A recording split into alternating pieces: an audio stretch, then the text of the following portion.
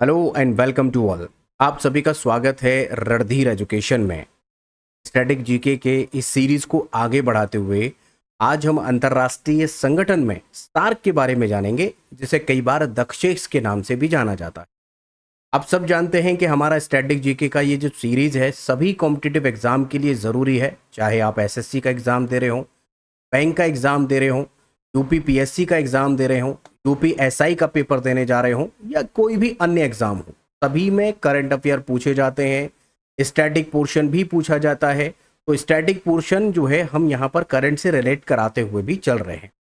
तो आज हम जो जानने वाले हैं वो सार्क के बारे में जानेंगे कि सार्क क्या है, यानी दक्षिस क्या है। देखिएगा, सबसे पहले आपको इसका फुल फॉर्म याद होना चाहिए, जो कि एग्जामिनर यहाँ से फुल फॉर्म भी पूछ लेता है। जो वनडे एग्जाम होते हैं वहाँ पर फुल फॉर्म पूछता है, और जो आपके जो पीसीएस टाइप के पेपर्स होते हैं, यूपीपीएससी पेपर कराता है, उसमें क्या करता है कि वो स्टेटमेंट में दे करके पूछ ले, क्योंकि एक प्रश्न से वो कई जानकारी आपसे लेना चाहता है। तो यहाँ पर इसका फुल फॉर्म याद करना बहुत इंपॉर्टेंट है। याद रखिएगा, सार्क का जो फुल फॉर्म है, मतलब एस फॉर जो है वो south Asian association for regional corporation, इसका फुल फॉर्म है। तो फुल फॉर्म याद रखना है, south Asian association for regional corporation, यानी दक्षिण एशियाई क्षेत्रीय सहयोग संघ। अब इसे सार्क क्यों कहा जाता है, हम आपको मैप के माध्यम से इसके बारे में बताएंगे। अब आगे बढ़ते हैं, कुछ और बातें समझ लेते हैं कि इसकी स्थापना कब होती है। तो साथियों याद रखना, इसकी स्थापना में तारीख भी पूछ ली जाती है। 8 दिसंबर 1985 को इसकी स्थापना होती है। स्थान होता है ढाका, यानी बांग्लादेश की राजधानी। बांग्लादेश की राजधानी 8 दिसंबर 1985 को सार्क की स्थापना की जाती है। खास बात यह है, और इसका जो हेडक्वार्टर है वो काठमांडू नेपाल में है। दोनों प्रश्न अलग हैं। आपसे पूछ सकता है कि सार्क की स्थापना कहाँ की जाती है, तो आप आंसर करेंगे ढाका बांग्लादेश। लेकिन अगर आपसे प्रश्न पूछता है कि सार्क का हेडक्वार्टर कहाँ है, तो काठमांडू नेपाल में आप इसका हेडक्वार्टर बताएंगे। दोनों बातें अलग अलग हैं। साथियों, मोस्ट इंपोर्टेंट बात है, ध्यान रखिएगा कि इनके हेडक्वार्टर और इनकी स्थापना दोनों अलग अलग प्रश्न के माध्यम से पूछी जाती है। आगे देखिए, तो इसमें टोटल कितने कंट्री हैं। इसमें अब तक 8 कंट्री हैं, और 8वां जो कंट्री है 2007 में जुड़ा था, अफगानिस्तान। उसके बाद अभी तक कोई नया कंट्री इस सार्क में नहीं जुड़ा है। आपको ध्यान रखना है, सदस्य देश जो हैं वो कितने हैं, 8 हैं फिलहाल। यानी अभी 2025 की बात कर रहे हैं हम। तो यहाँ पर जो जनरल सेक्रेटरी हैं उनका नाम है मोहम्मद गुलाम सरवर, जो कि 15वें नंबर के यहाँ पर महासचिव बनाए गए हैं। बांग्लादेश से ये ताल्लुक रखते हैं, ध्यान रखेंगे। फिलहाल इसके यानी करंट अफेयर का भी पॉइंट हमने यहाँ पर जोड़ा है कि मोहम्मद गुलाम सरवर जो हैं वो इसके सेक्रेटरी जनरल हैं। ओके, आगे बढ़ते हैं। अब समझते हैं कि सार्क के मुख्य उद्देश्य क्या हैं। देखिएगा, सार्क यानी जिन देशों का ये एक ग्रुप है, उन देशों को क्षेत्रीय सहयोग को बढ़ावा देना, गरीबी, अशिक्षा, बीमारी जैसी समस्याओं से मिलकर लड़ना, आर्थिक और सांस्कृतिक विकास को बढ़ावा देना, शांति स्थायित्व को बढ़ावा देना, और क्षेत्रीय एकता को मजबूत करना। ये सब ऑब्जेक्टिव्स हैं, उद्देश्य हैं सार्क के। अब मैं की पॉइंट्स आपको क्या क्या याद रखने हैं।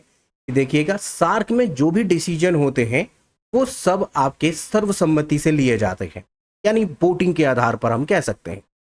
सार्क में द्विपक्षीय विवाद जो है उनको नहीं उठाया जाता है, मतलब कि यहां पर जो विवाद दो पक्षों की विवाद है उनको नहीं उठाया जाता। क्यों नहीं उठाया जाता है, उसका कारण है कि इसका उद्देश्य जो है वो केवल क्षेत्रीय सहयोग को बढ़ावा देना है, डिस्प्यूट को सुलझाना नहीं है। अब आपको बताएं कि सार्क का कोई भी स्थायी अध्यक्ष नहीं होता है। अध्यक्षता जो है वो घूमती रहती है, जैसा कि अभी आप देख रहे हैं। अध्यक्षता जो है वो क्या है, रोटेशन में रहती है। सार्क शिखर सम्मेलन हर 2 वर्ष पर होते हैं, और इसमें भी समस्याएं होती रहती है। अभी आपको बताएं कि 2025 तक 18 सार्क के समिट हो चुके हैं। आपको हमने बता दिया कि इसके हर 2 साल पर शिखर सम्मेलन होते हैं। 18 सार्क समिट अब तक हो चुके हैं, 2025 की बात कर रहे हैं सार्क के, ठीक है। और अध्यक्षता जो है वो रोटेशन पर घूमती रहती है। अब बात करें कि 19वां सार्क शिखर सम्मेलन जो है वो कहां पर स्थापित था, मतलब कहां पर प्रस्तावित था। वो 9 से 10 नवंबर 2016 में प्रस्तावित था। जगह का नाम था इस्लामाबाद, पाकिस्तान। लेकिन आप सबको पता है पाकिस्तान टेररिज्म में सबसे आगे है और इसीलिए यहाँ पर ये सम्मेलन नहीं हो पाया। जिस प्रकार हमारे जो क्रिकेट मैच हैं वो भी रद्द कर दिए गए थे, तो इस्लामाबाद पाकिस्तान में प्रस्तावित था लेकिन इसे रद्द कर दिया गया। कारण क्या है कि उस उरी आतंकवादी हमले के बाद भारत सहित कई देशों ने, जैसे अफगानिस्तान है, बांग्लादेश है, भूटान ने, इन सभी ने भाग लेने से इनकार कर दिया। उरी का आपको याद होगा, उरी जो आतंकवादी हमला हुआ था, इसी वजह से यहाँ पर इसे रद्द कर दिया गया था। तो विविधान इसमें होते रहते हैं। कुल मिलाकर आपको याद रखना है कि 19वां कैंसिल हो गया लेकिन 18 अब तक इसके हो चुके हैं। अब देखिएगा, नाम की बात करते हैं तो जो आप देख रहे हैं ना, साउथ एशियन, है ना, ये जो आप नाम देख रहे हैं सार्क का, साउथ एशियन एसोसिएशन, वो क्यों नाम है इसका?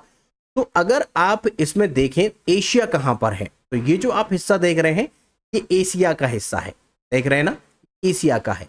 और एशिया में भी ये साउथ का जो हिस्सा है, साउथ का, वो ये हिस्सा है जिसमें आपका श्रीलंका, भारत, पाकिस्तान, अफगानिस्तान, ये जो हिस्सा है, आपको एक बार यहाँ पेन से बताते हैं।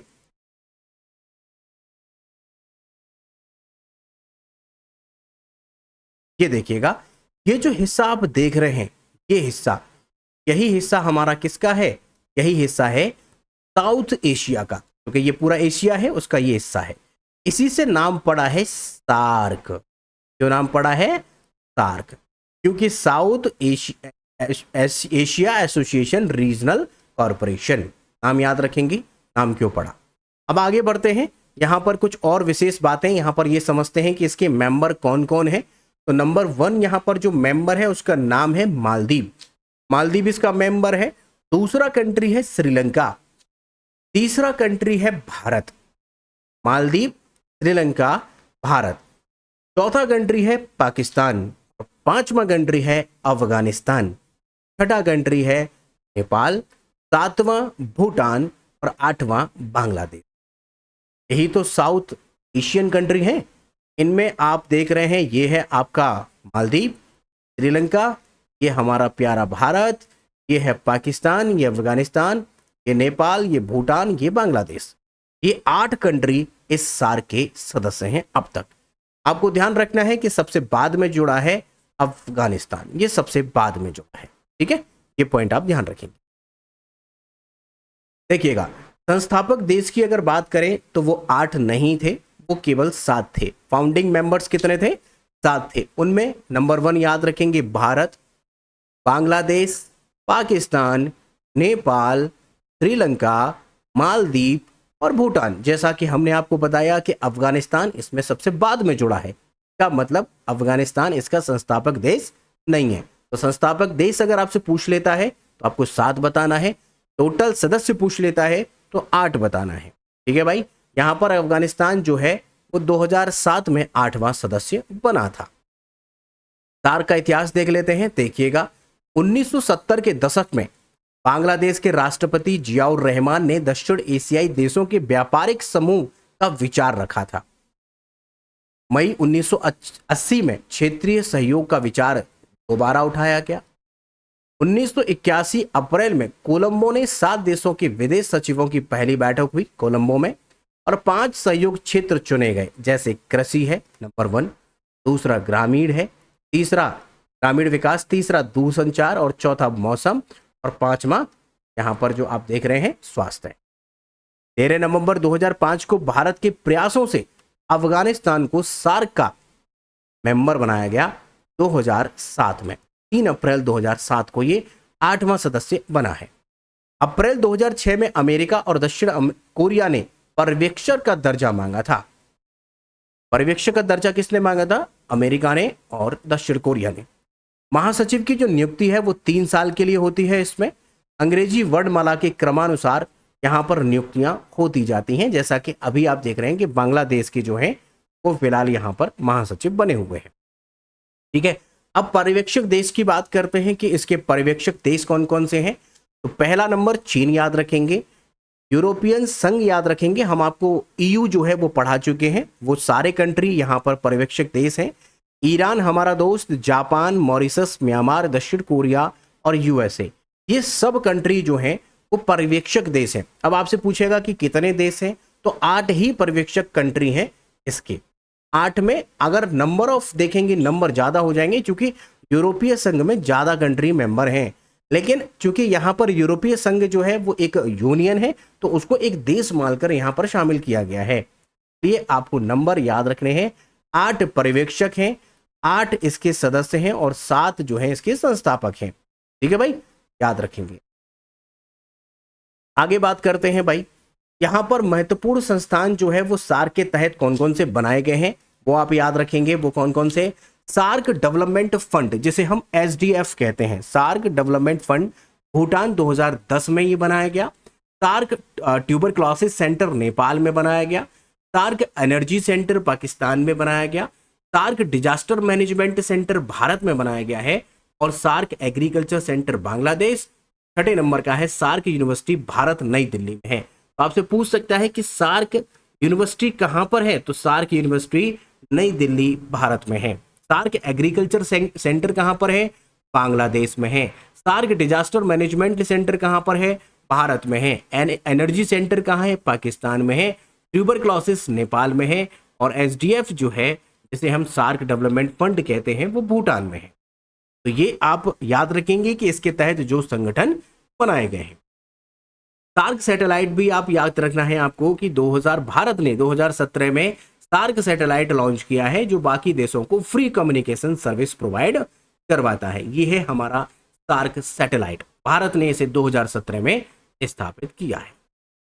अब देखिए, अगर चैलेंजेस की बात करें तो सार्क के जो चैलेंजेस हैं वो क्या है कि भारत और पाकिस्तान के बीच जो है वो तनाव हमेशा बढ़ता रहता है, जिसके कारण जो है वो सहयोग में रुकावट हो जाती है।